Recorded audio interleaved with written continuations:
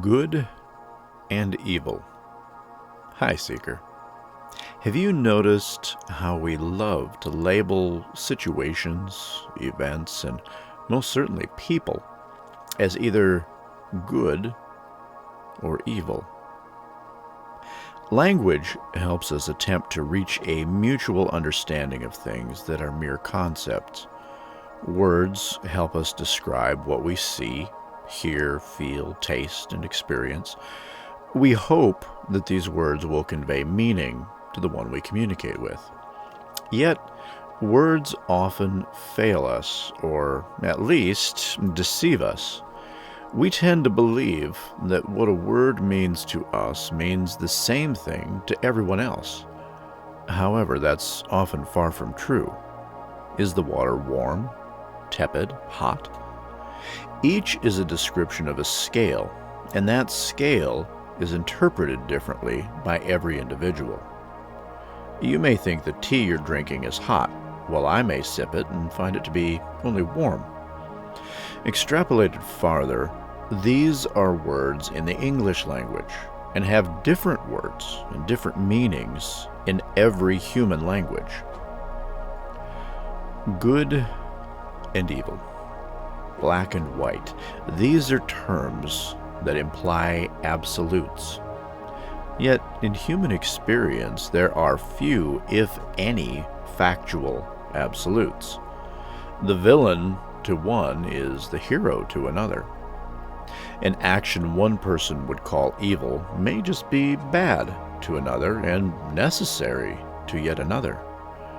Words are simply the attempt to describe our personal perspective, our personal truth or experience. Even most of science has few absolutes. Yes, perhaps there are conceptual absolutes. It is said that nothing can exceed the speed of light. Yet, astrophysics tells us that at the moment of the Big Bang, matter was traveling much faster than the speed of light for a very short time. Mathematics and physics have laws, consistencies, and results that occur the same in every test. But biology is a science with no absolutes, no laws. Good and evil. These are concepts with no accepted set measure. Perhaps in the spiritual realm there is absolute good and absolute evil. Perhaps. It can be comforting to think so. Yet for humanity, good and evil, black and white, exist only in your personal truth. They are just ends of a scale you create. I would submit that without the concept of evil, there would be no concept of good. Ponder that for a moment. Without evil, there is no good.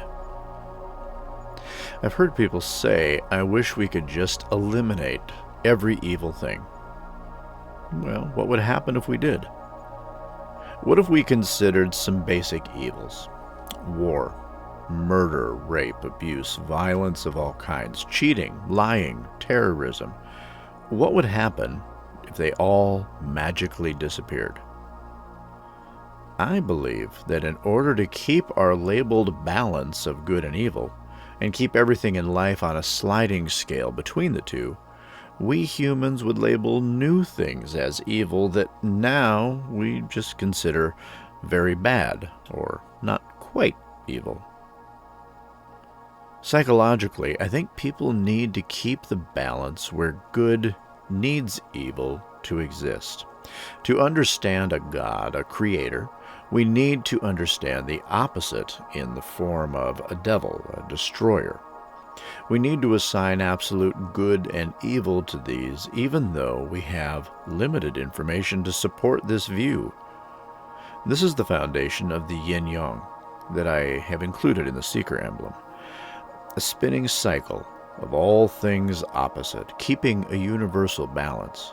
Good and evil, darkness and light, fire and water, male and female, etc.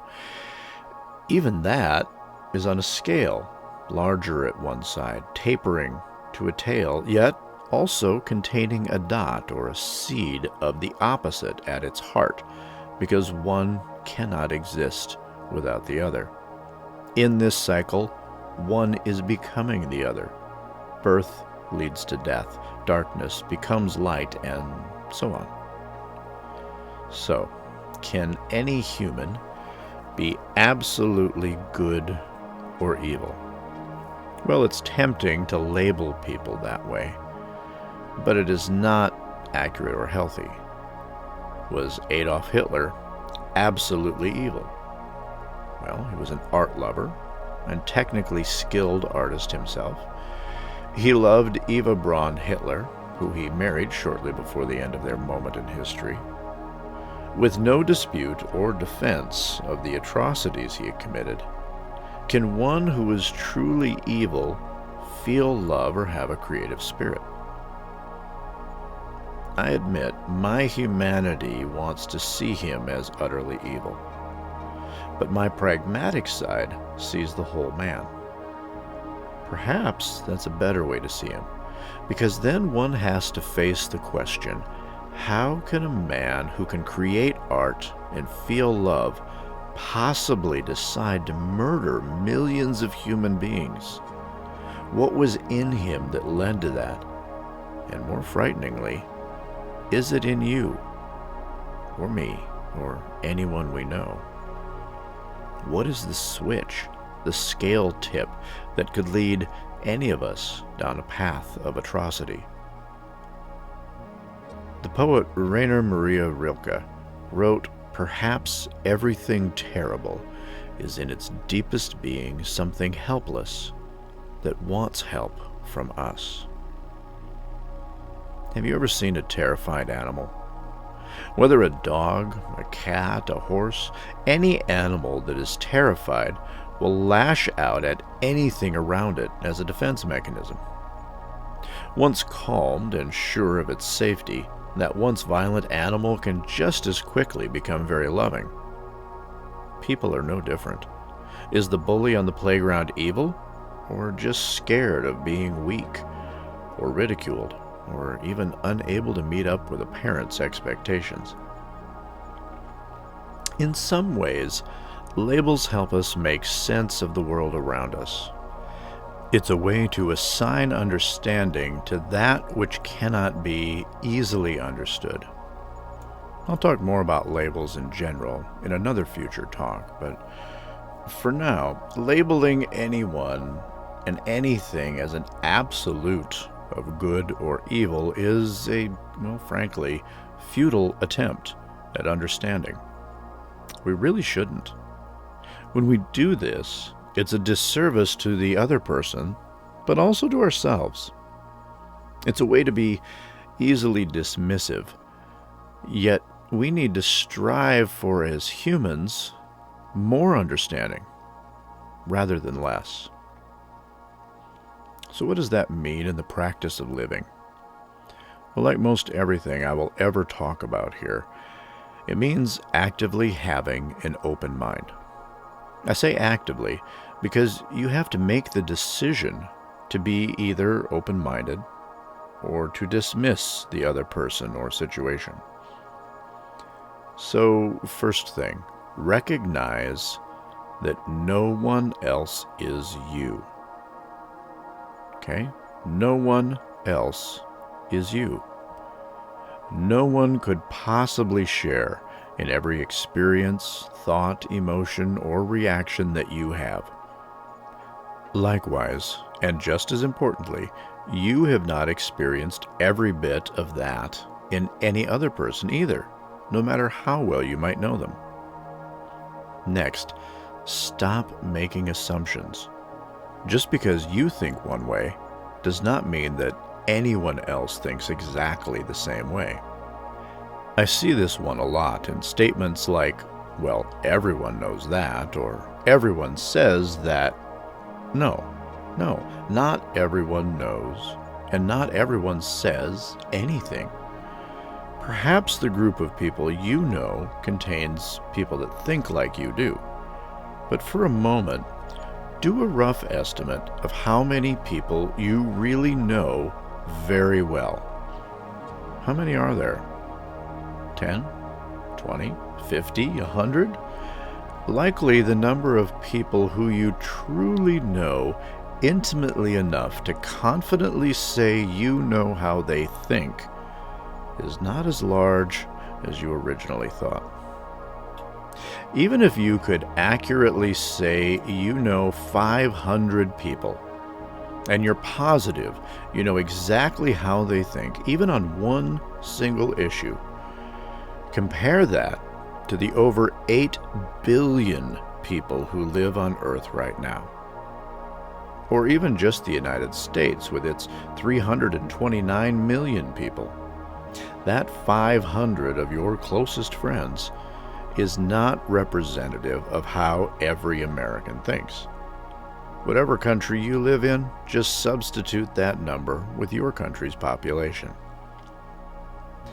This comes into sharper focus when we realize our natural tendency to gravitate to people who are similar to us in some way. That fact alone shows that our estimation of what most people think is going to be heavily skewed.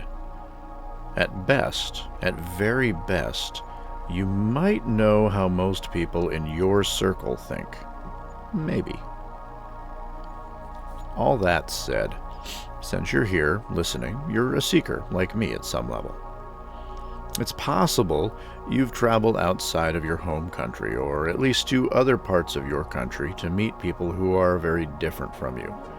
If you haven't done that, perhaps you've sought knowledge through books, websites, documentaries about other people and places. If you have, you've taken one of the next steps. That next step is to get to know people who you think are nothing like you. Two things are going to happen. First, if you listen more than you speak, and you're open-minded enough to learn, you will gain insight to the different perspectives people may have. Second, you'll find out you're not as different as you thought in many ways. You'll find people who love their families, need food, shelter, want to be happy, have friends, just like you. Perhaps you'll make a new friend. You won't share all the same experiences or knowledge or opinions, but you'll learn that it's okay to be different in those ways. You might even find your own worldview beginning to evolve, to grow. When you do things like this, you'll be challenged. Your preconceived notions and opinions will be challenged. Your notions of good and evil, and in fact, all other labels you use, will be challenged. So, this week, and in all the weeks ahead in your life, try to meet people you don't know, people you don't understand, people you think are different. Try to meet people you have a negative view of. Is there someone you think is bad, wrong, lives life the wrong way, believes the wrong things in your opinion? Get to know them. Don't try to change them. Just listen. Learn. Try your best to see through that person's eyes. Perhaps it will be a person from a different culture, maybe an immigrant or refugee, or just a person of a different ethnic background, maybe a person with a different sexual orientation, or a person with a different religious view. Oh, and to be clear, I'm talking to everyone here. If you feel you've been marginalized, if you've been a victim of prejudice, find someone that you think has that opposite view and find out why. Get to know them. Try to see it from their point of view. You might be surprised. You might even make a friend. Maybe not, but maybe. This week, be a seeker. Be open-minded. Listen, learn, grow, evolve. Till next time, seeker, be well and be kind. Thank you so much for joining me here today. Before you go, please subscribe to the channel. Then check out the links in the description below. You can find me on Twitter, Instagram, Facebook, and most importantly, on Patreon. If you like what I'm doing here and would like me to keep creating, help me out by becoming a supporting patron. You'll find exclusive perks like downloadable podcasts of all the messages, patron-only videos, and some great quarterly merch like stickers, coffee mugs, and shirts, too. Finally, please share these posts to help our community of seekers grow. Thanks. See you next time.